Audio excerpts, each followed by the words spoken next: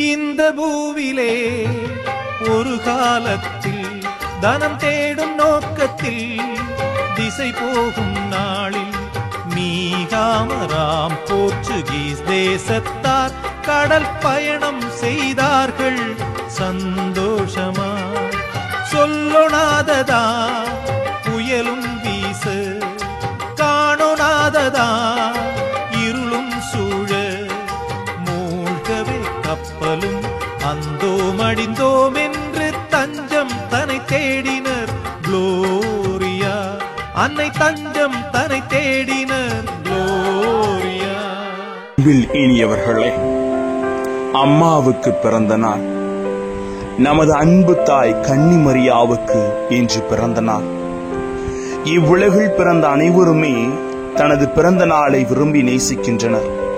ஒருவருக்கு எவ்வளவு வயதாக இருந்தாலும் அவர் தனது பிறந்த நாளை மறப்பதில்லை. பிறந்த நாளில் நம்மை பிறர் வாழ்த்தும் போது நாம் மகிழ்ச்சி அடைகிறோம். நம்மையும் பலர் ஏற்றுக்கொள்ளுகிறார்கள் என்ற நிறைவு நமக்கு ஏற்படுகிறது. கடவுள் மனித குலத்தின் மீது இன்னும் அன்பாக இருக்கின்றார் என்ற செய்தியுடன் தான் ஒவ்வொரு குழந்தையும் இவ்வுலகில் பிறக்கிறது என்று ஆன்றோர்கள் சொல்லி இருக்கிறார்கள் அல்லவா? குடும்பங்களில் குழந்தைகளின் பிறந்த நாளை மிகுந்த ஆர்வமாக கொண்டாடுகிறோம். அவ்வாறு அவர்கள் பிறந்த நாளை கொண்டாடும் போது தாங்கள் பிறந்ததின் பயனை உணர்கிறார்கள். கத்தோலிக்க திருஅவையும் இன்று நமது அன்பு தாய் கன்னிமரியாவின் பிறப்பை மிகுந்த மகிழ்ச்சியோடு கொண்டாடுகிறது. செப்டம்பர் என்றால் வேளாங்கண்ணி திருத்தலத்தில் இறைமக்கள் அனைவருமே தாயின் திருவுருவத்திற்கு முன்னின்று பிறந்த நாளை கொண்டாடி வாழ்த்துக்களை பகிர்ந்து பிறப்பின் மகிழ்வை ஒருவர் இன்னொருவோடு அறிவித்துக் கொள்ளுகிறார். அம்மாவுக்கு பிறந்த நாள் என்பதை இன்னும் ஆழமான சிந்தனைகளோடு சிந்திக்கலாம் வாங்க. இயேசுவுக்கே புகழ், இயேசுவுக்கே நன்றி. இறைவனின் அருட்கரமும் அருளாசியும் உங்களோடும் உங்கள் குடும்பத்தோடும் நிறைவாக தங்கிட உங்களை நான் வாழ்த்துகிறேன். அன்பில் இனியவர்களே, அன்னை மரியாவின் பிறப்பு பற்றி எந்த குறிப்பும் விவிலியத்தில் இல்லை. ஆயினும் 2ஆம் நூற்றாண்டில் எழுதப்பட்ட திருமுறை பட்டியலை சாராத நூல்களில் ஒன்றான யாக்கோபு புத்தகம் மரியாவின் பெற்றோர்கள் சுவைக்கின் அண்ணாம் என்று சொல்லப்பட்டிருக்கிறது. ஏனென்றால் மிகுந்த செல்வந்த குடும்பத்தில் தான் நமது அன்னை பிறந்திருக்கின்றார். அவரது 3 வயதில் கடவுளுக்கு அர்ப்பணிக்கப்பட்டார். அன்னை மரியா பிறந்த இடம் நாசரேத் என்று பொதுவாக பலரும் ஏற்றுக்கொள்கின்றனர். ஒரு சிலர் அன்னை மரியாவின் வீடு எருசலேமில் உள்ள செம்மறி வாயிலுக்கு அருகில் உள்ளது என்று சொல்லுகிறார். இப்படி அன்னையின் அருள்மிகுத்தை நாம் இளமையாக அறிந்து கொண்டு வாழ வேண்டும் என்பார்கள்.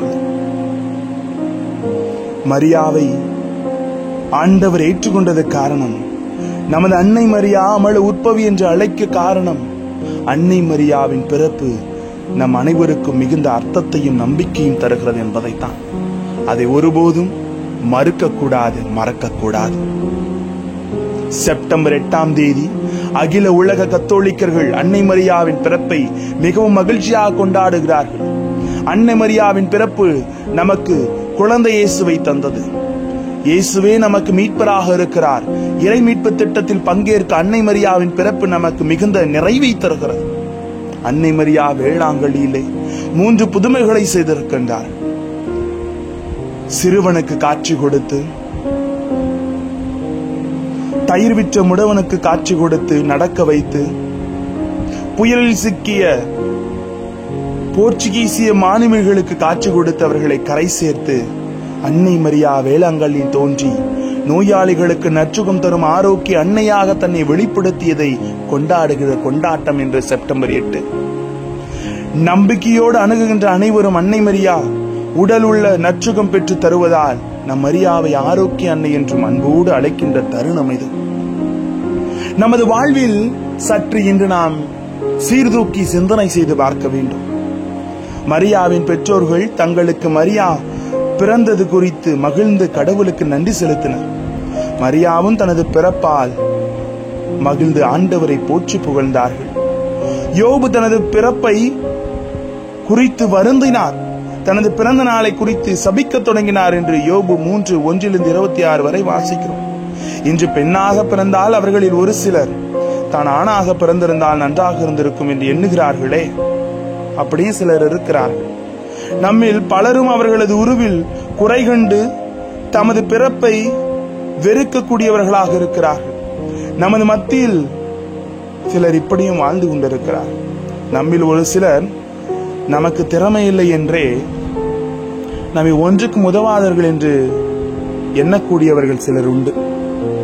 ஆண்டவருடைய படைப்பில் ஒவ்வொரு மனித படைப்பும் ஒரு நோக்கம் கொண்டதாக இருக்கிறது. நமது பிறப்பு நமக்கும் பிறருக்கும் அர்த்தத்தை கற்பிக்கிறதா? என்னால் எத்தனை பேர் பயனடைகிறார்கள் என்று சிந்திப்பது மிக தேவையான ஒன்று. இன்று எத்தனையோ குழந்தைகள் கருவில் கொல்லப்படுகிறார்கள்.